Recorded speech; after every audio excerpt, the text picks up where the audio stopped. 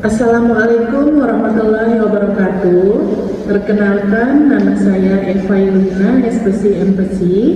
Saya merupakan dosen tetap program studi psikologi Fakultas Psikologi Universitas Medan Area Sumatera Utara.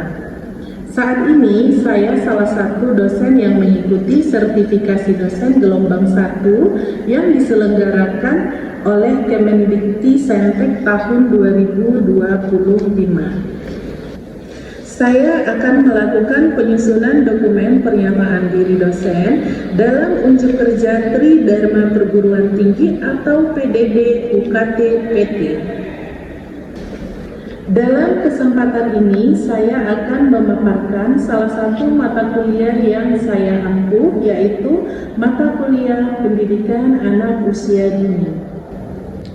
Saya mengajar mata kuliah Pendidikan Anak Usia Dini pada semester genap tahun ajaran 2024-2025 dengan bobot 2 SKS, dan mata kuliah Pendidikan Anak Usia Dini ini merupakan mata kuliah peminatan dalam mata kuliah Psikologi Pendidikan dengan kode PDK 62004. Adapun deskripsi mata kuliah Pendidikan Anak Usia Dini ini ialah mata kuliah yang membahas tentang teori dan studi kasus dalam membangun kompetensi mahasiswa untuk memahami sejarah, hakikat, teori-teori pendidikan anak usia dini, kemudian perkembangan anak usia dini, ruang lingkup bermain dalam kegiatan pengembangan anak usia dini, selanjutnya lingkungan dalam pendekatan, komunikasi efektif, model asesmen,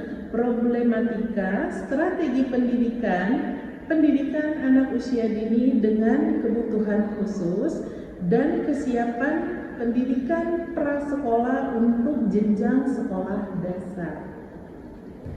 Perkuliahan Pendidikan Anak Usia Dini diselenggarakan dengan pendekatan luring atau tatap muka secara langsung dengan mahasiswa di kelas dengan menggunakan metode yang pertama, delivery. Dalam metode ini saya akan memberikan materi dalam bentuk soft file pada e-learning kami, yaitu elearning.uma.ac.id. Kemudian saya juga melampirkan referensi buku yang sesuai dengan mata kuliah yang telah dilampirkan di dalam RPS. Kemudian yang kedua, metode ceramah, di mana saya akan melakukan interaksi secara langsung dengan mahasiswa di dalam kelas yang bersifat aktif, partisipatif, dan berbasis pada pengalaman nyata. Dengan metode ceramah yang inovatif untuk membangun pemahaman bersifat konseptual mahasiswa terhadap teori-teori pendidikan anak usia dini. Diskusi kelompok juga salah satu metode yang dapat mendorong mahasiswa aktif di dalam kolaboratif dalam menyelesaikan masalah-masalah fenomena studi kasus yang nyata pada saat ini yang terjadi di dalam kehidupan sehari-hari, yaitu di masyarakat. Kemudian ada juga problem based learning, yaitu di mana menantang mahasiswa untuk memecahkan masalah nyata yang dihadapi dalam kehidupan sehari-hari, dan mahasiswa akan belajar cara berpikir kreatif dalam menyelesaikan suatu masalah. Adapun capaian pembelajaran meliputi CPL 2, menginternalisasi nilai, norma, dan kode etik akademik. CPL 3 mampu menunjukkan sikap bertanggung jawab atas pekerjaan secara mandiri. Kemudian selanjutnya CPL 4 mampu menerapkan pemikiran logis, kritis, sistematis, dan inovatif dalam pengembangan atau implementasi ilmu pengetahuan. Kemudian selanjutnya CPL 5 mampu menguasai konsep dasar dan teori psikologi untuk menggambarkan dan menganalisis berbagai gejala psikologi pada individu. Selanjutnya, adapun CPMK dalam mata kuliah pendidikan anak usia dini sebagai berikut, yaitu CPMK 1, mahasiswa mampu menjelaskan sejarah dan pengantar pendidikan anak usia dini, hakikat PAUD, serta teori-teori dalam PAUD. Selanjutnya CPMK 2, mahasiswa mampu mengklasifikasikan tahapan perkembangan anak usia dini.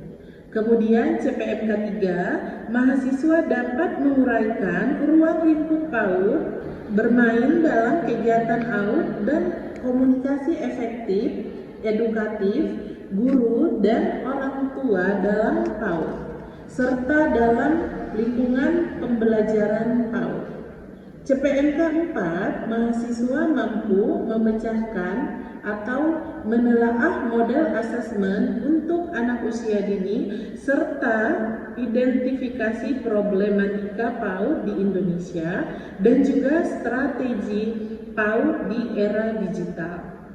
CPMK 5, mahasiswa mampu merencanakan program PAUD di dalam kelas, faktor pendukung perawatan pada anak, childcare, dan PAUD untuk ABK, serta kesiapan pendidikan prasekolah untuk jenjang sekolah dasar. Adapun metode pembelajaran di dalam mata kuliah ini yaitu yang pertama modul atau RPS itu dapat diakses di e-learning UMA yaitu e-learning.uma.ac.id. Kemudian PowerPoint, studi kasus dan jurnal pendukung di dalam pembelajaran mata kuliah pendidikan anak usia dini. Dan selanjutnya juga ada merupakan video kasus yang bisa dapat diunduh mahasiswa di e-learning UMA. Selanjutnya adapun materi pembelajaran mata kuliah meliputi sebagai berikut.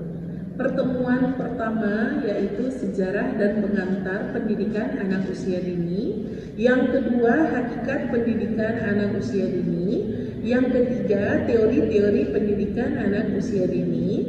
Yang keempat, perkembangan anak usia dini. Yang kelima, ruang lingkup pendidikan anak usia dini. Yang keenam, bermain dalam kegiatan pengembangan anak usia dini.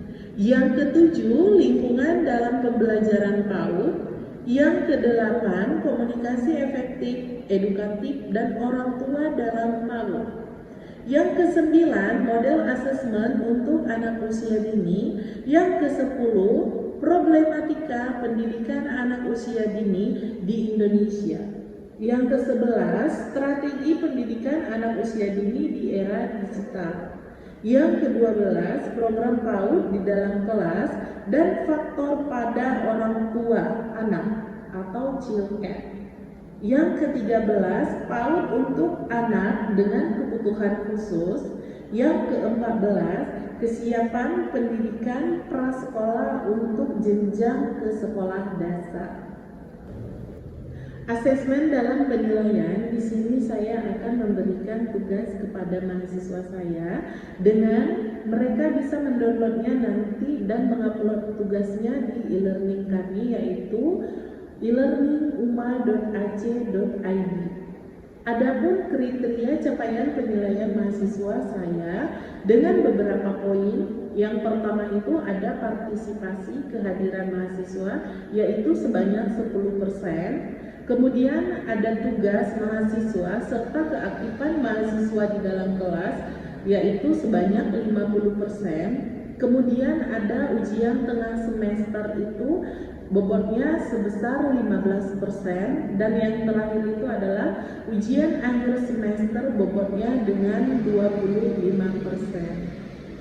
Selanjutnya, penilaian saya lakukan secara objektif berdasarkan indikator seperti ketepatan dan penguasaan materi, partisipasi aktif di kelas, dan juga kemampuan mahasiswa dalam menganalisis dalam satu kasus. Selanjutnya, saya juga menggunakan rubrik penilaian secara jelas dan terstruktur, serta hasil evaluasi akhir saya akan sampaikan kepada mahasiswa secara langsung sebagai umpan balik untuk meningkatkan kualitas pembelajaran di dalam mata kuliah pendidikan anak usia dini. Dengan pendekatan ini, saya berkomitmen dalam menciptakan pendekatan dalam perkuliahan ini, yaitu pembelajaran yang berpusat pada mahasiswa. Dan saya juga akan menyiapkan lulusan yang mampu bersaing, berpikir kritis, adaptif terhadap perkembangan di zaman saat ini. Kemudian berikut saya lampirkan cuplikan video pengajaran mata kuliah pendidikan anak usia dini. Baik, assalamualaikum warahmatullahi wabarakatuh.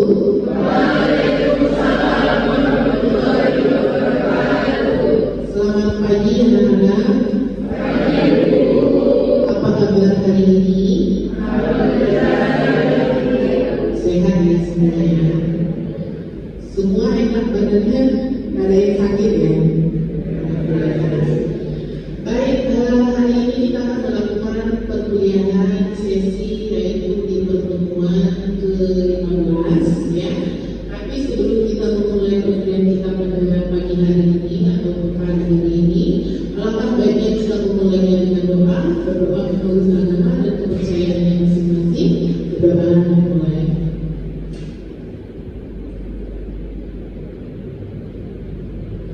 Oke, berdoa selesai. Ya, baik. Hari ini kita akan membahas tentang prasekolah untuk jenjang ke sekolah dasar. Ya, di mana mata kuliah ini adalah mata kuliah pendidikan anak usia dini. Tapi sebelum kita memulai masuk ke materi kita, bahwasanya pertemuan sebelumnya kita telah membahas tentang pendidikan anak PAUD untuk anak berkebutuhan khusus. Kira-kira siapa yang masih ingat materi pertemuan kita yang lalu? Tunjuk tangannya. Oke, silakan Elsa. Ya.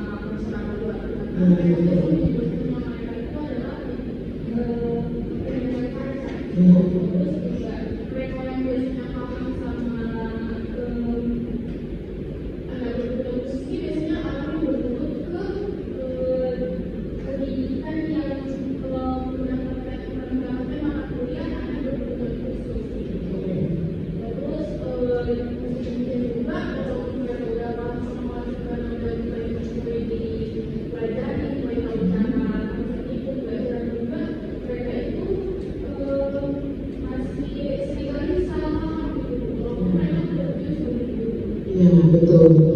Jadi anak berkebutuhan khusus itu juga masih belum familiar ya di kalangan masyarakat.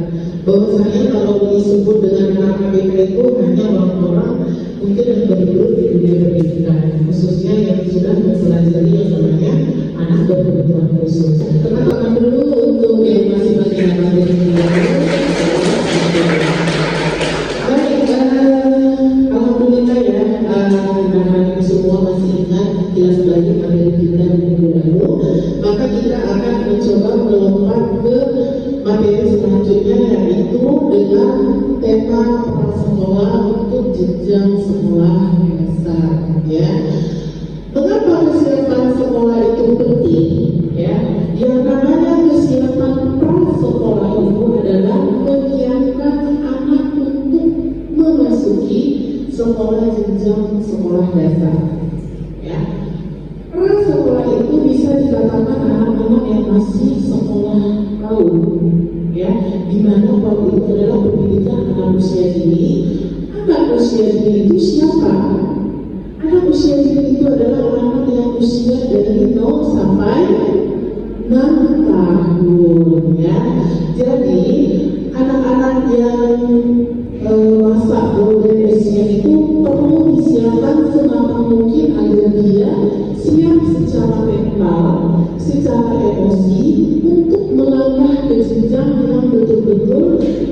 sifatnya kurikulum sekolah. Jadi, tapi walaupun itu memang alangkah bagusnya anak-anak kita itu disekolahkan ke anak-anak yang memang bisa dinaungi oleh pendidikan anak usia dini yang secara formal. Walaupun pada dasarnya pendidikan anak usia dini itu juga di rumah juga bisa, ya, karena pendidikan anak usia dini itu kan salah satu untuk menstimulus tumbuh kembang anak, ya.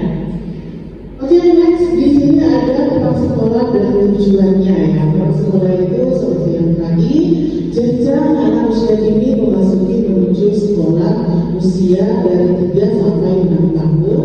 Kemudian prasekolah juga sering disebut dengan taman kanak-kanak dan kelompok bermain, ya.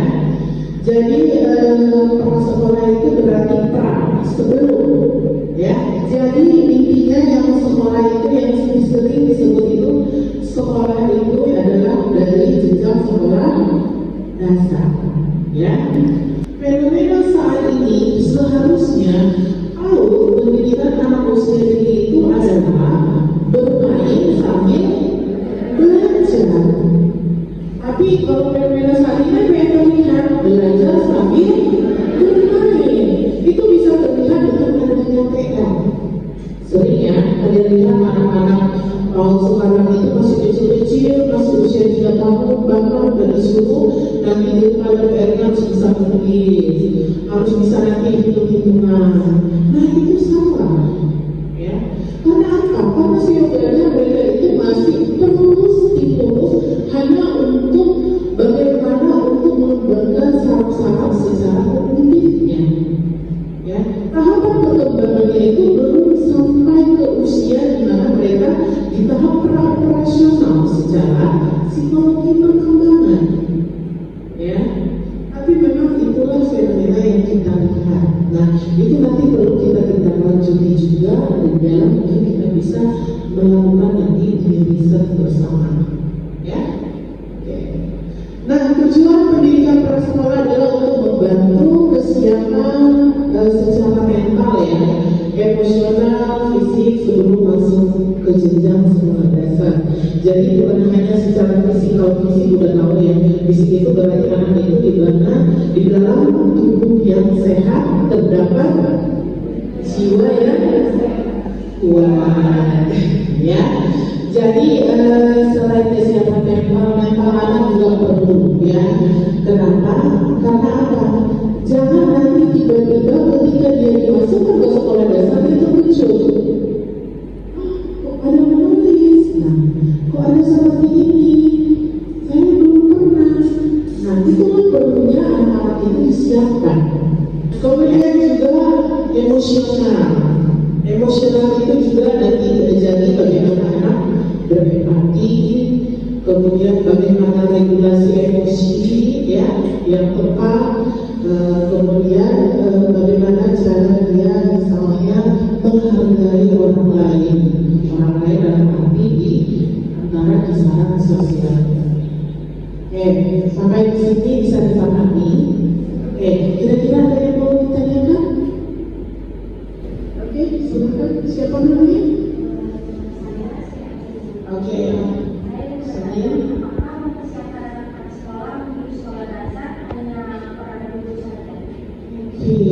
Pertanyaan yang bagus. Bukan dulu.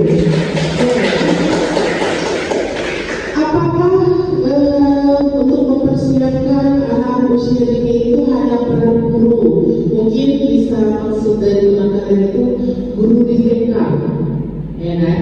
Karena memang hampir sudah rata-rata anak-anak usia dini itu kan sudah di TK kan. Jadi orang tua itu merasa di TK itu udah selesai lah tugas saya.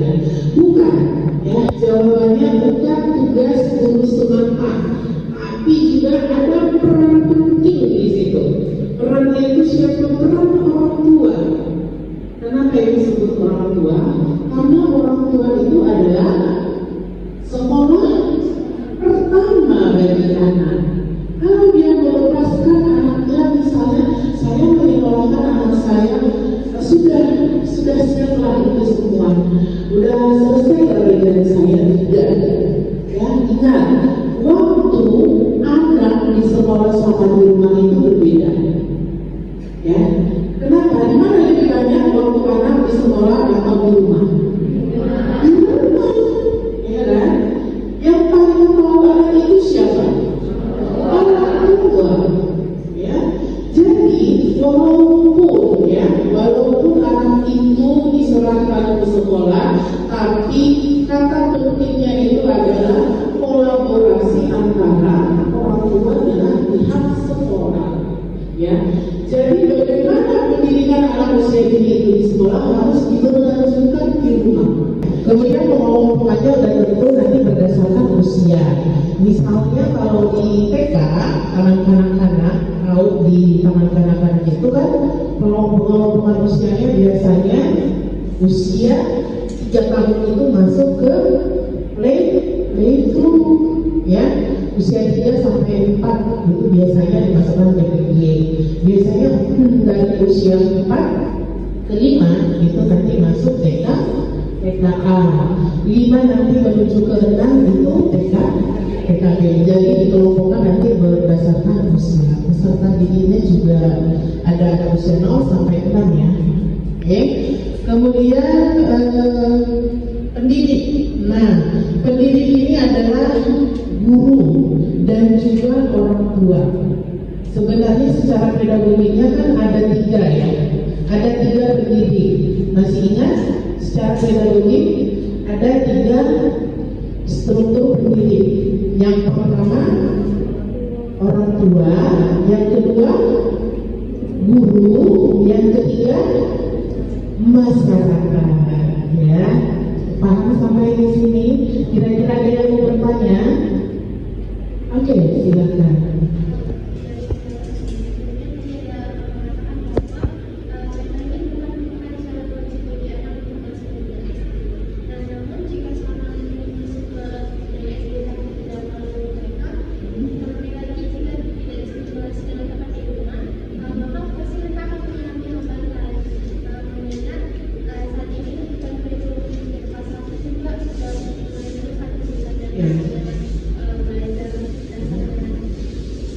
Oke, ini masih itu yang Ibu sebutkan tadi ya, masih perlu kontras bahwasanya banyak persepsi guru di sekolah dasar itu bahwasanya anak masuk ke SD itu sudah harus bisa milestone. Tahu milestone? Membaca, menulis dan berhitung, ya. Itu sebenarnya salah persepsi dan salah komunikasi dalam arti ini bahwasanya di TK itu kan tadinya ada konteksnya bahwasanya di TK itu kan hanya perlu menstimulus tumbuh kembang anak. Ya. Banyak persepsi orang tua menyekolahkan anak supaya anak itu bisa mengenal huruf gitu, Ya, menulis huruf, menulis angka gitu. Tapi gimana menurut Ibu, ada satu fenomena di sekitar lingkungan saya. Setelah anaknya ini bagi rapat kan orang tuanya itu dipanggil ke sekolah gitu. Ya. Gurunya ini ngomong ke orang tuanya bahwasanya orang tuanya ini disuruh ngajari anaknya karena anaknya itu kok nggak pandai-pandai gitu. Iya. Udah diajarin di sekolah gitu. Iya. Oke. Pertanyaan yang bagus. Seperti yang tadi Ibu sudah jelaskan di awal bahwasanya banyak persepsi, banyak anggapan bahwasanya begitu menyekolahkan anak itu ke sekolah sudah selesai tugas saya sebagai orang tua. Ya aku sekolahkan anakku kan, aku kan bayar, aku membayar untuk sekolah. Ya tugas saya adalah mengajari anakku, kan begitu. Itu persepsi orang tua. Dan pada dasarnya bahwasanya Ibu sudah sebutkan tadi, pendidik itu bukan hanya saja di sekolah. Ya itu juga harusnya di rumah juga harus mereka didik anak. Kira-kira ada yang bisa menyimpulkan dari pertemuan kita ini? Oke, silakan Elsa lagi.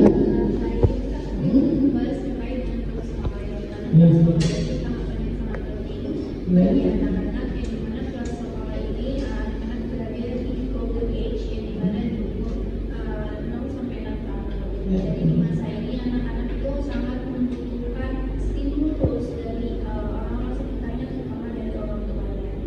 Jadi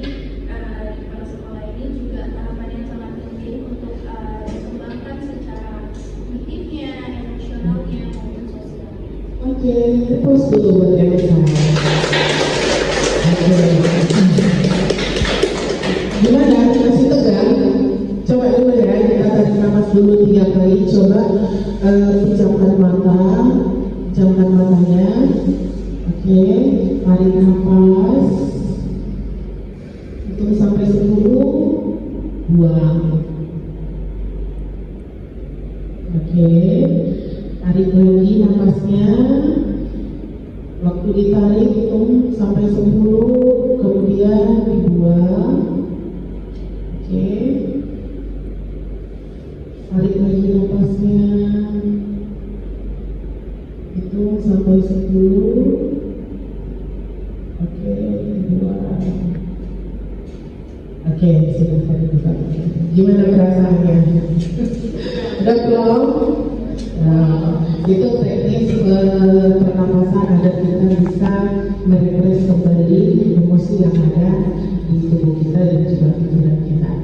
Oke ya, jadi kesimpulan hari ini bahwasanya pendidikan prasekolah itu sangat penting untuk dilakukan agar nanti anak tidak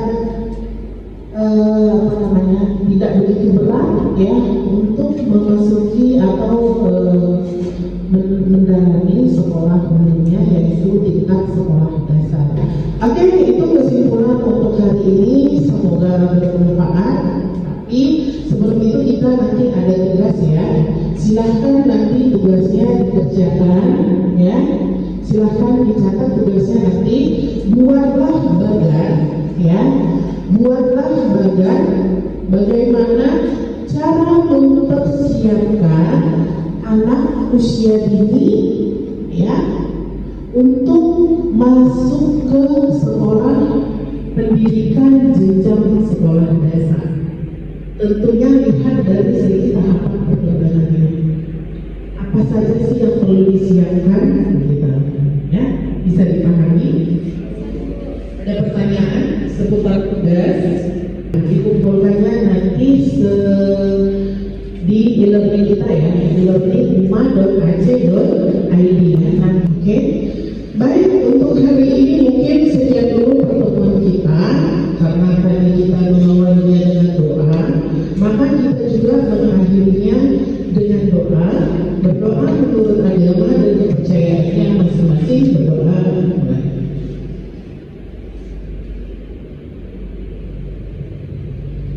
Oke, berdoa selesai. Semoga bermanfaat pertemuan kita hari ini. I love you itu untuk anak-anak ibu semuanya. Oke, sekian dan terima kasih. Ibu sudahi dengan salam. Wassalamualaikum warahmatullahi wabarakatuh.